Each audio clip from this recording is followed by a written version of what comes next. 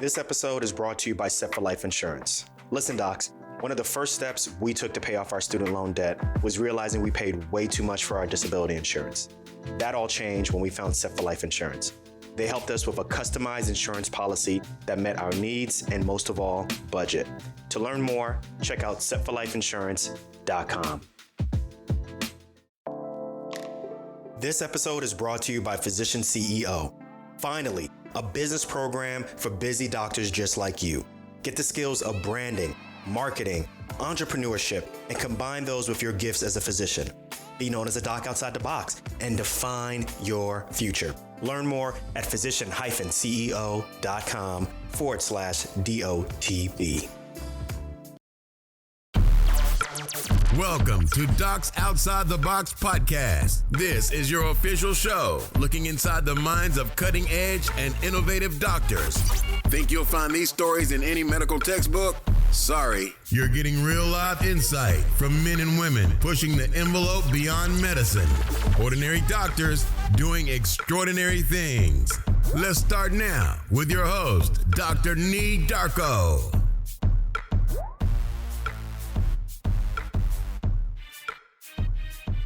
What's good, everyone? This is Dr. Nee. Thank you for joining me on not just any episode of Docs Outside the Box. It's going to be a new series. This is something that I want to welcome you all to. I'm really proud of this. This is a new series that's called The ComeUp. And in previous episodes, I've mentioned that I think it could be really difficult to identify with successful people's journey. I'm talking about the people who are on like step 1000, the Oprah Winfreys, the Jeff Bezos. Although those are inspiring, I think it's kind of hard to relate to that. So I want to know what it would be like if we all got a chance to listen to or even talk to someone who's on step 5, maybe, right? Would it make a difference in your life? Specifically, if you're on the fence, would it help you even just get to step 1? So I think it'd be really inspiring to see successful people as they are, quote unquote, figuring it out. And that's what this series is all about. I'm going to connect you all with docs who are figuring out their life as a doc outside the box right now. And they're going to be doing this right in front of our eyes. Okay. So these episodes, I want them to be raw. I want them to be emotional, uplifting, not too long, pretty much less than an hour, pretty much less than 45 minutes. And the best part about this is you, the person who's listening right now, you all can be a part of this conversation. So I am featuring listeners who will allow us to follow them through their journey, right? And also be open to coaching. So this is going to require that you become very vulnerable in this situation, okay? So if you're interested in coming on the ComeUp, go to the site, www.drneedarko.com/contact. Once again, that's drneedarko.com/contact. Click on where it says request to be on the podcast. There's going to be some forms that come up. Fill out the forms, and not too complicated. At the bottom, make sure you let me know that you want to be on the ComeUp. Me and the team will take a look, and we'll go from there. Now, my first guest is Dr. Nana Korsah. She is a former nephrologist. She has recovered from physician burnout, and she now practices as a Locums hospitalist. Okay. And also, as part of her recovery, she realized that finances played a major role in her stress. And in order to gain control of her life, she really had to rein in her finances. And she's built a really good side gig as a life and financial coach for physicians who definitely want to pay off their debt as well as live life to the fullest. Now, she has a mission where basically she wants everyone to know that it's never too late to choose themselves and that it's really important that we live life on our own terms. This is going to be a good one. I want you all to share this episode with everybody that you know on your social media list. That's right. All right. Once again, I'm excited about this new series. This is called The ComeUp, and I present Dr. Nana Korsah. Dr. Nana Korsah with the MD Work-Life Balance. Thanks for being on Docs Outside the Box. What's up? What's good? Thank you, Dr. Nee Darko, for having me on. So I don't know if people know, but we are from the same country, from Ghana. So it's good to have a fellow countrywoman on the show. Yes. Let's give a shout out to Ghana today. Yeah, this is awesome. Yeah. We just passed the Ghana Independence Day a couple of days ago. So I'm excited to have you on the show to talk about your transition from being, quote unquote, just a nephrologist to now where you focus mainly on work-life balance. You're also a financial coach. And then you also work as a hospitalist internal medicine doctor. So, before we get so much into the nitty-gritty, why don't you take a quick opportunity? Let us know specifically about you, where you're located, even where you trained at. Okay, so I'm Dr. Nana Korsah, MD. I'm a former nephrologist turned locum hospitalist, and I am also a certified life and financial coach. I trained at Rice State University School of Medicine in Dayton, Ohio. These days they call it Burnout. I graduated from Rice State and then went to Cleveland to go to Metro Health at Case Western Reserve University to do my residency in internal medicine. From there, I stayed on to do a nephrology fellowship at University Hospitals and practiced nephrology for a while. It was 100-hour work weeks. I was just walking in the shoes of that burnt out physician where I had 2 young children. I was working crazy hours. A typical day involved me waking up at 5:30 and getting home way after 9 and dictating notes in my closet. Let's just say I literally burnt myself out and I knew something had to change. So one day I was driving. Wait, hold on. Yes. Before you get to that point, because a lot of people, Yes. Burnout means a lot to so many different people. It's a relative Yes. term. Tell us Yes. exactly what you were feeling. I want to know what your definition, how you knew that you were burnt out. Take us through those emotions. Absolutely. So the interesting thing is I did not have a name for it till later. I did not know what's going on. I knew I was tired all the time. I didn't have much energy and I didn't have enough time with my family. I always had thoughts of, is this it? Is this what I signed up for? Things have to be different. Things have to change, but I don't know where to start. And I was wondering if I was even in the right field at all. But the bottom line is I was always tired. And I never had enough time in my day. I always felt like I could use more time in my day. And the energy was not there at all. What point of your career, or even how many years into you practicing on your own, did you start to feel this emotion, or even just this, I guess, your sensation of being tired? About a couple years into it, that's when I started feeling tired. And I had my second child as well, so I had 2 kids under 2 years old in the household. That's a busy household. Yeah. So working 100-hour work weeks, being a new mom and dealing with 2 young kids. And my son had a lot of allergies and issues and having sleepless nights in addition to being on call some nights. Really, sleep deprivation was also a major issue. So 2 years into it, having 2 young children and working those crazy hours really totally burnt me out. So what was the first step that you took to make a transition, or, just to kind of say to heck with it, I guess, in quotes, what kind of steps did you take to kind of get yourself out of that situation? So to get me out of it, I used to listen to the radio quite a bit. And one day I was listening to the radio and then Dave Ramsey came on and he was talking about personal finance, right? Mm-hmm. And when I heard that, he was talking to a woman that was in her 60s that was worried about her finances. He managed to give her hope, and that gave me hope. And I felt, oh my goodness, that is my ticket out of the hell that I'm living right now. I need to get my finances in order, and that will mean I'll have options in life to do things the way I want to without worrying about money. So that's where the seed was planted. And so I started listening to Dave Ramsey. I went to the library, got his book, The Total Money Makeover, read it in a few hours. Yeah, it's a quick read, but it's good. It is. It's good. Yeah. I was that excited. I just couldn't put the book down. And then started listening to his podcast all 3 hours, like daily. And then I knew I needed a plan, right, for my money. Because up to that point, I didn't have a plan. I was just like go to work, come home, wash, rinse, repeat. Bills get paid, but who knew what was what, right? So I came up with a financial plan as to how I could get out of my debt, my student loan debt primarily, like all $260K of it. How much was it? $260. Oh, wow. So that's a lot. Yeah. How I could get out of that debt and then start living life on my own terms because I wouldn't have to worry about such a large debt being a burden. So that's what I did. And I started working on that and slowly started chipping away at that. And when it got to less than 100K, I felt like, okay, this is good. I can, I feel a bit lighter. I can start spreading my wings. And I started listening to more podcasts. Dave Ramsey's podcast led me to listen to other ones. Like, how iTunes. Well, let me ask you this question real quick.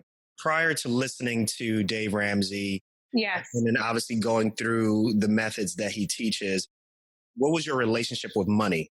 What was your experience growing up with money? So my experience growing up with money, growing up, it's not like we were super rich, but we were always comfortable. And in college, I was a little bit frugal, but I didn't have a plan. It's just that I was, penny pinching and just in total scarcity about money. And I read Susie Orman's books even back then. I knew the plan, but her plan was so generic, just so mainstream. That like, oh, good debt, bad debt, that kind of thing. Like, oh, good. Student loan is good debt. So let's bring it on. Sometimes take more than you need, right? Coming from that philosophy. And I knew like I had to pay off debt and all of that, but it just didn't resonate to me to the level where I felt quite intense about it. And I wanted to do something now. The urgency wasn't there. So I was winging it. I didn't really have a plan. And there was scarcity involved. Yeah. When I discovered Dave Ramsey, it was similar. My wife also, we went to the same medical school, so we had the same amount of debt also. But I discovered him and then kind of quickly got her onto it. And we worked in a very rural area of Pennsylvania, which is about 5.5 hours from where our family was. Yeah. And we would listen to his podcast nonstop because, like 3 hours. Yeah. In yeah. length. So we would listen to his podcast literally from, Pennsylvania all the way back to New Jersey and even New York to see her family. And, just literally thinking, about what would it be like to be on this show doing a debt-free scream, Yeah. It really changed our whole, like how we looked at money, our relationship with money, listening to people pay off their cars or, purchase cars with cash.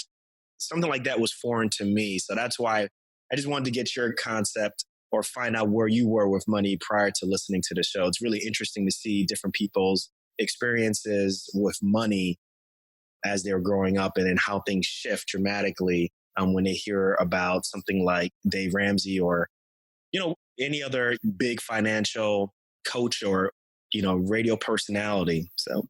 Absolutely. Like I said, I was winging it until Dave came along and just inspired me to get intense and get serious. And like he says, punch debt in the face and get rid of it. So that's what I did. And I think it's the best thing that ever happened to me. And by finding out about him, I also became aware of the personal development industry, personal growth, right? I didn't know about that much stuff either. But like mindset is a big thing, right? Like Dave always says. When it comes to personal finance, it's more of a psychological issue, not about the numbers. If you think you can, you can. If you think you can't, you can. But once you decide you can, you look for ways of making things happen for you and with your finances, like getting out of debt and starting a wealth building plan. And that's exactly what I did. And then listening to other podcasts and finding out about high achievers, people that were making like $30,000 a year, somehow paid off debt and were millionaires. When that's crazy. The average, that's crazy. Yeah. Mm-hmm. The average physician makes a whole lot more than that. So why are we not millionaires? Like most millionaire studies don't have physicians up there. Exactly. But we could easily all be millionaires, right? We're all eventual millionaires if we're intentional with our money. I say within like 5 to 10 years of getting out of training, we should be able to be, have net worths of $1 million or more. But it would not happen if you're not aware that it's possible for you and if you're not intentional about your money. Now, I'm really interested to find out about your career choices because most people go forwards. They don't really go backwards. Yes. and please don't take this the wrong way when I say backwards. But, like for example, I understand. Yeah. Like I'm a trauma surgeon, but I did my fellowship training in trauma surgery. The likelihood of me going back and just doing pure general surgery all the time is really low. And same thing with you. Like most people who go and do nephrology, that's what they're doing. The transition to go backwards, you don't really see that much. So I want to know, like, what was in your mind? Why did you decide to do that? Let's start from there. Like, let's talk about all those things. I'm sure it had to be very difficult to decide, I just want to go back to doing hospitalist work. Like, let's talk about that. Absolutely. Yeah, you're right. Most people don't go back. Interesting trend, though, is a lot of nephrologists are doing what I'm doing.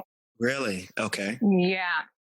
And I saw an example of what's possible by seeing other nephrologists do it. And that helped me make that decision. Now, it wasn't easy, though. It wasn't. So when I was feeling complete burnt out and I felt like something had to change, I knew that most nephrology jobs, you work crazy hours. You take nighttime calls, you drive back to the hospital in the middle of the night. That's the nature of the job. You can spend any given day in 3 different facilities, like start in the hospital, go to the office, go to a dialysis unit, go to a different hospital in another town. Just the nature of the game. And so when I wanted to cut back and I discovered Locums, which I didn't know either until much later. Yes. Locums. Big fan of Locums. Yeah. And discovered Locums by accident too. Like after training, I didn't know Locums existed. Then one of the hospitals I used to run at had their program implode. And then every week there were a different group of hospitalists coming through. And as a nephrologist, I work really closely with hospitalists. And so they started telling me about this whole locum life and how, you can make as much as you want or as little as you want. You can control your schedule. And that really got me excited. So I thought, okay, to make my transition, maybe I could do locums in nephrology. However, I want to do locums. And so you were thinking that you wanted to make a transition even prior to this point, prior to knowing even about locums, or? Prior to that, I knew that something had to change, but I wasn't sure how I was going to do it. Got you. Was it me maybe leaving my job and finding another nephrology job that maybe was not as intense? That's kind of what I was thinking. And then when I found out about locums, I'm like, this is even better. I get to pick my schedule and work when I want to work. Now, with nephrology locums, there are not that many opportunities like hospitalist locums. Because every hospital now with all the new core measures wants a hospitalist group so that they can make the numbers work for their facility. So I noticed that there were much more opportunities doing general adult hospitalist work than nephrology. And also the pay scale was different, where nephrology, you do 24-hour call when you do locums most of the time. And the pay was the same as a 12-hour shift as a hospitalist, or sometimes even less. So initially, I think for 5 months, I did both. I did nephrology locum and I did hospitalist locum. But then after a while, I thought, true that I like nephrology, but the lifestyle that I want, it's not really serving a purpose in my life right now. And as long as I still get to see patients and I get to bring in the income that I want, I think is the best fit right now. So let's put that on hold. So that was the initial thought. And then I worked with my coach through that. It was very hard for me. Okay, so you hired a coach? Yes, I hired a coach. Okay, to get your mindset right and so forth? Yeah. Okay, all right. Yeah, a lot of these things that I'm talking about happen with the guidance of a coach. Mm-hmm. Dr. Philippa Callaway, whom I discovered in a podcast.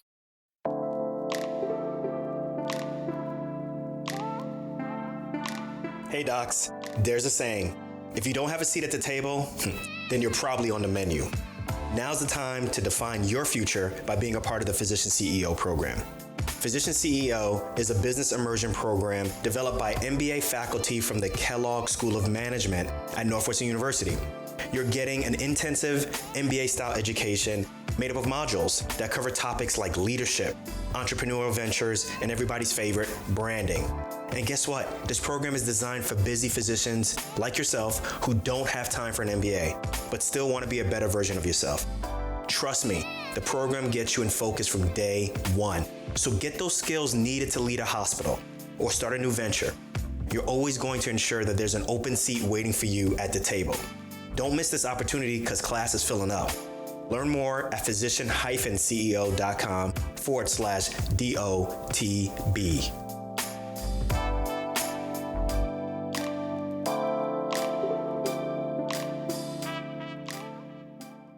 Because when I started listening to podcasts, it became clear that all the high achievers had coaches. Oh, yeah. At that time, I didn't know what coaches were, but I was like, wait a minute, these high achievers all have coaches. So, well, I mean, I think it's really fascinating because from a physician perspective, it's really hard to get a physician, and you're a coach, you know now, right? Like it's really hard to get people to, at this point, who are already high achievers. Like, look, man, like I got all of these degrees. I got the receipts to show you. You see Sally Mae receipts here. What do you mean I need additional coaching? You know, but once you start to put it in perspective of even sports or even like what you said, like high achievers, you know, you have LeBron James, you have Serena Williams, you have, you know, other people who are amazing at their sport or at the top of their sport, and they still have coaches outside and multiple of coaches too, not just one.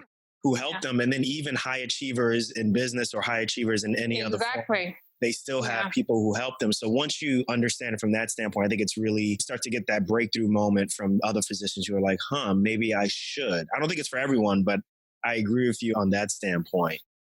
Absolutely. It's not for everyone, because I think you have to have the awareness that that's something you would like to have.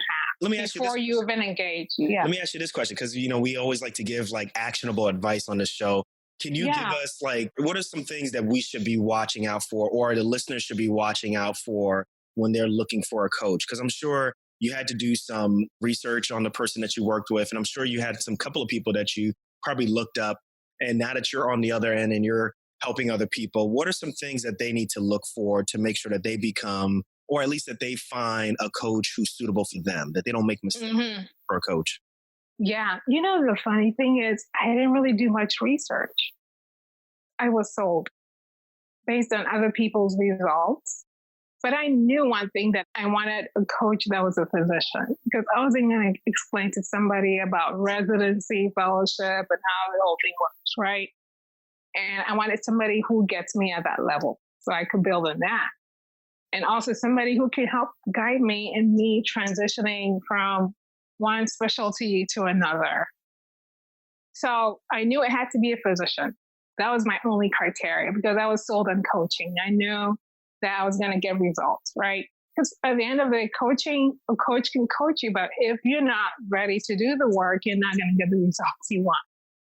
So my first coach was a physician. I heard her in a podcast, and she was talking about how she works with physicians. And, you know, I don't even remember the details of what she said, but I also remember you were sold. You're like, I got you. I was sold. I was like, got you. I want to be one of those high achievers. I want a coach who is a physician. She's a coach. She's a physician. I'm calling her. Plus, she's originally from, I don't know, South Africa or, okay, I apologize, Philippa Callaway, if I butcher this, but South Africa or somewhere in the southern part of Africa. That's where she's originally from. So that made me want to talk to her even more because she also worked in different African countries as like a bush doctor, although she was from South Africa. And so I just connect with her story. And that's all I needed. Like she was a physician and somehow I feel like she could help me. And so I believe that she could. So I was sold before I even got on a call with her. And we talked and we got started. But for others that are looking for coaches, the fact that you are aware that you want to consider that is like a great thing, right? That's the first step, having that awareness that exists and you want to try it. And then find somebody that you feel a connection to. And also it's doing the work in the area that you need help with, right? Because coaches can coach people on so many different things. However, we all choose to have different niches to target specific areas, usually based on our own personal transformation. Like for me, for example, I went through burnout and lived to tell my story. And my ticket out of it was getting my money and affairs in order. That liberated me to explore different options without worrying about money. So if somebody shows up with that kind of need, that's my jam. I got this. Been there, done that. Right. So if a doctor comes to you and says, well, how about this? Do you oftentimes find that the common theme of a doctor's burnout is related to finances? Or do you think finances is more of like a symptom? I think that finance is more of a symptom. Like the money does come in, right? However, people are so busy that they don't even pay attention to it. And although money's coming in, they feel like they've never had enough. So their mindset about it, it's not helping them. Even though they're working like 200 hours a week to make the money they're making, they feel like, oh, if I stop working 200 hours, then I'm not going to have any money. So I don't have a choice. I just have to keep doing it. Guess what? The good news is you have a choice. You don't have to work 200-hour work weeks or even 60, for example, to bring in money. There are so many ways of bringing in the same amount of money that you're making now without having to kill yourself. But if you think that you'll never have enough, then you're scared. But the reason why people think they don't have enough is they're not being intentional about their money. They haven't even looked at the money to see where money is going and how much is coming in. They don't have a rainy day fund to fall back on. Yeah, that's a big deal. That's a big deal. Exactly. Yeah. Yeah. The good old emergency fund. Yes, I love my emergency fund. What's a healthy emergency fund for those who are listening right now and they're like, yeah, that's great. No, but how much do I need? Like, what do you tell people is a healthy emergency fund? Baseline 3 to 6 months is good. Mm-hmm. But for me, I do 6 to 9. Right. At one point, I even had 12, and it was kind of ridiculous. Well, that money needs to work for me, right? Right. That's what I did when my wife became pregnant. And I think that's a good way. Yeah, we just had some extra savings just in case, exactly, something didn't go right. So I'm glad you say that. It's interesting that you talk about the scarcity mindset as well as being intentional with your money.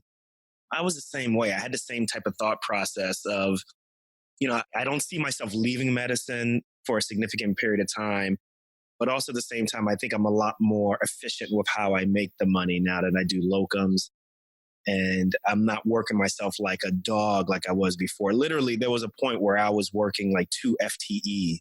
It was crazy. Get out, yeah. Yeah, but you don't realize it though. As a locums, you don't realize it, right? You're just like, well, I just need to just, keep up and make this. But then if you actually calculate the amount of hours that you're working and compare it to how you're working before, you're actually working more hours. It's very easy to work more hours because nobody's keeping track of it, right? Nobody's there to say, oh, no, doc, you're doing too much. And once you start to realize what you can do with what you're making and how that money can stretch, it's really fascinating. It's very fascinating.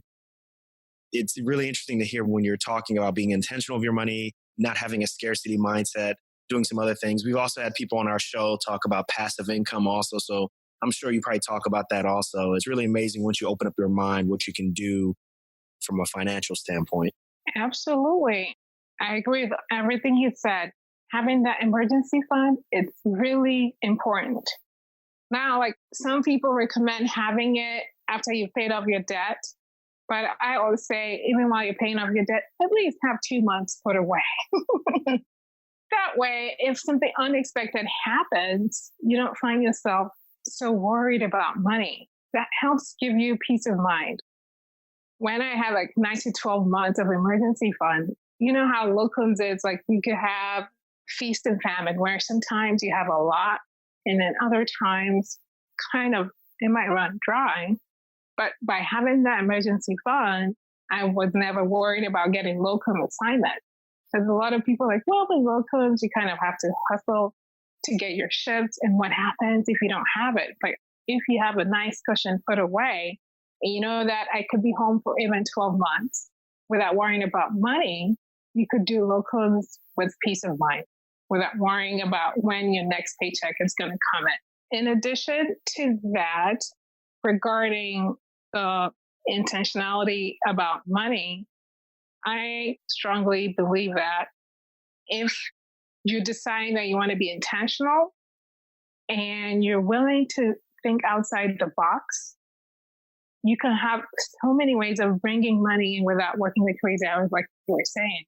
Like, because when you do locums, you can reverse engineer how much you want to make annually and work only that much. Mm-hmm. For example, in my case, I'm like, okay, I want to make XYZ a year, divide that by 12. That's like this amount a month. Dr. So how many shifts a month do I need to make that? Say I need 4 shifts a month to make that. Perfect. That's all I'm going to work. However, I could say, okay, I want a vacation, so I want to work extra, so I could double up if I want to. But I know if I work only 4 shifts a month, I have more than enough to meet my needs. So that's really like one of the coolest things about locums. Yeah, I think that's a really good idea. That's the advice that I give people too. What do you want to make for the entire year? Divide it by 4. And then once you divide it by 4, which is quarters, right? Every 4 months or so, just decide how much do you want to bring in for those months. Just map it out, right? And, you know, if you don't have a map, then that's when you end up being like how I was, where you're working like 2 FTE because you're just jamming so much time. And you're like, wait, slow down. Just take how much do you want to make, divide it by 4. And then, like you said, get the shifts going that you need to do for each month to be able to get to that point. And like you said, you can end up reverse engineering and having the life that you want and saying, you know what, well, maybe I don't have to work the entire month. Maybe I only have to work 2 weeks out of the month. And then the other 2 I can travel, because I have a very good friend of mine. She's a trauma surgeon. She may be listening to this podcast, but she literally, and she's probably on her way right now to Vietnam, but she is very intentional about, she works when she works, but the rest of the month is her time to travel. And she sticks to that. And she's very adamant about that. And the other thing that I admire about her, and I'm sure you talk to the people that you coach also, is the power of no, right? Because as you know, as a locums, and even just as a doctor, like I think we have such a fear of missing out, or we have this ability to please, or we want to please all the time, that we don't know how to say no. We don't know how to have any boundaries. So when people ask, or as a locums, people ask, hey, can you do some extra shifts? You're just like, well, you know, this job may dry up. I could always use the extra money. And that additional time is time that's away from your family. That's additional time that you can't travel. That's additional time that you can't do whatever you may want to do. And then also just, you know, if I say no, they may not ask me to come back again. And, you know, I've just learned, and I've seen through her, my good friend of mine, that she's very stringent on it. She's like, no. And like, there's no qualifications afterwards, right? No is a 1-word sentence. No, it's a complete sentence. I love it. I love it. You know? So do you see that in your, I see in your that. clients, fear of missing out, or, you know, just wanting to please all the time? I definitely saw it in myself, and I teach my clients to avoid that. When I first started, granted that I wanted to pay off my student loan debt and I was just like working like crazy, I almost burnt myself out doing locums, right? And, you know, hospitalists is usually week on, week off. So like 14 shifts a month. These are long shifts. So I kept saying yes to extra shifts, trying to please people, like you were saying, and worrying that, oh, if I say no and they don't invite me back, that means I will have a dry spell. And then what am I going to do? Yeah. So one day, like I was at a place where I noticed I was working 21 days a month and the regulars were working less. And I was there all the time. And I was starting to get that same old feeling of fatigue, right? That familiar feeling from burnout. That's when I thought to myself, what am I doing? I decided to do locums to have flexibility and not have burnout. And here I am saying yes to everything and not saying no, and just wanted to please people so I can have extra shifts. So that's when I knew something had to change.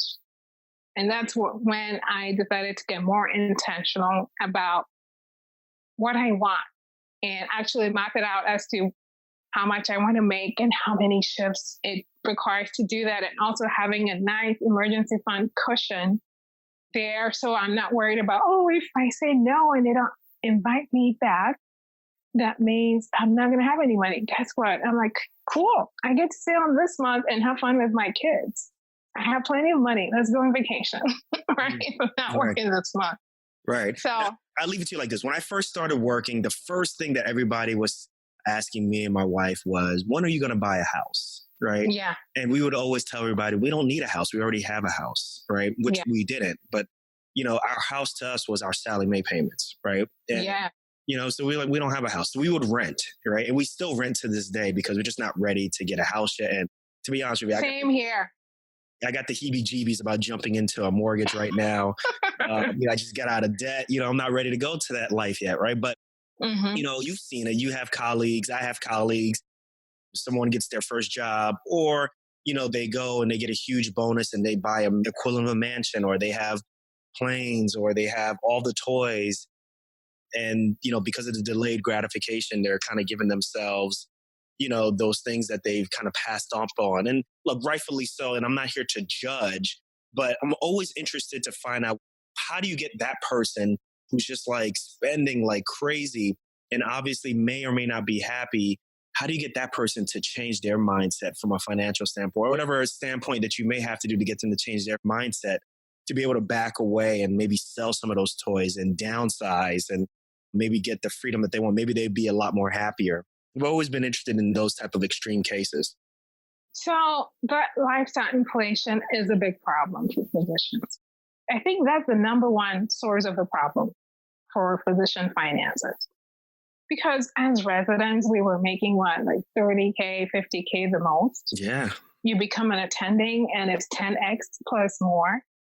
Where somehow, although we could live on 30 to 50K, suddenly some people get super excited and buy so much stuff that they end up spending more than they're bringing in. That's why the 10X or 20Xing of their incomes. So I would say that for new attendings and also for those who are young at heart as physicians when it comes to personal finances, watch the lifestyle inflation. You don't have to go buy a big house just because the bank says you can afford it, because that doesn't always work. So a lot of my clients that come in with that, though, the good thing is the math don't lie. I love it. It's a good point, right? Yeah. Yeah. Let's look at the math. So if you're bringing in this amount and you're spending 3 times that amount, we have a problem. We have to stop it. Now, some clients get excited and get on board, but unfortunately, others choose not to. And that's just the bankruptcy, one step away from bankruptcy. Despite a big income. And that's just rather sad. Some people end up with 2 or 3 bankruptcies because they want to keep up with the Joneses and live up to what the physician's lifestyle is supposed to be. Who gets to decide? You get to decide. You don't have to do things because you think that's what society or somebody expects from you. I think by being more intentional about your life and knowing what you want and focusing on that goal, you're not easily distracted. Otherwise, a bank could easily tell you, you can afford $5 million house. Does that mean you should get it? No. Right. You'll be house poor. You spend all your money paying that off. So I really encourage people, like especially the new graduates, to not buy houses right away. I still don't own a house. However, I have rental properties, right? I'd rather have that money. There you go. Work for me than just use it for an extension. So yeah, you don't have to rush to buy out, especially when you get a new job. You don't even know if you're going to be there a year later. Get to know the area, before you lay down those roots. And also when you do, don't spend more than 25% of your money on your mortgage. Anything more than that, then you're getting house poor.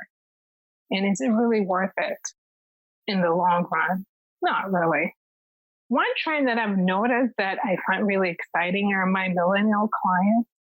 A lot of them graduate, and guess what? They move back home with their parents. Yes. Yeah. And then pay off their student loan debt within a couple to 3 years.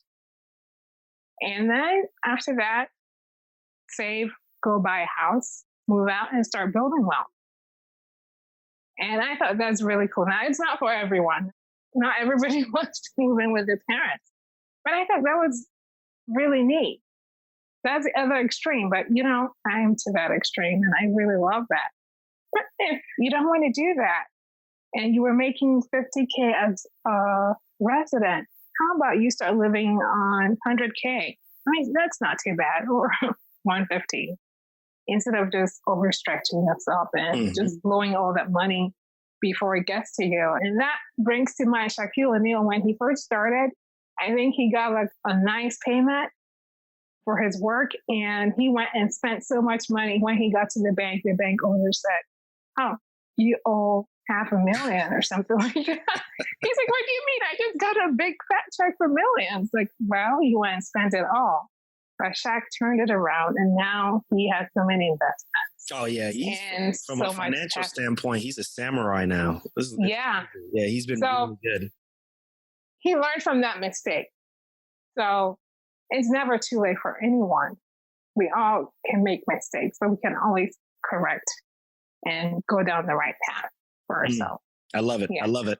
Dr. Nana, I want you to complete this sentence. I'm not just a doc. I am a mother, a financial coach, and a life coach. There you go. Boom. I love it. Love it. Great, great answer, Dr. Nana. Thank you so much for coming on Docs Outside the Box. This is a great conversation. I think we're going to have to make this a series because there's going to be some times where, there's going to be some questions that I've been getting that I would love if maybe you can come back on the show and help me answer. What do you think? Absolutely. I'm down for that. That would be awesome. All right. Anything to help people see what it's possible for them and being an example of what's possible. I'm always in for that kind of stuff. Yeah.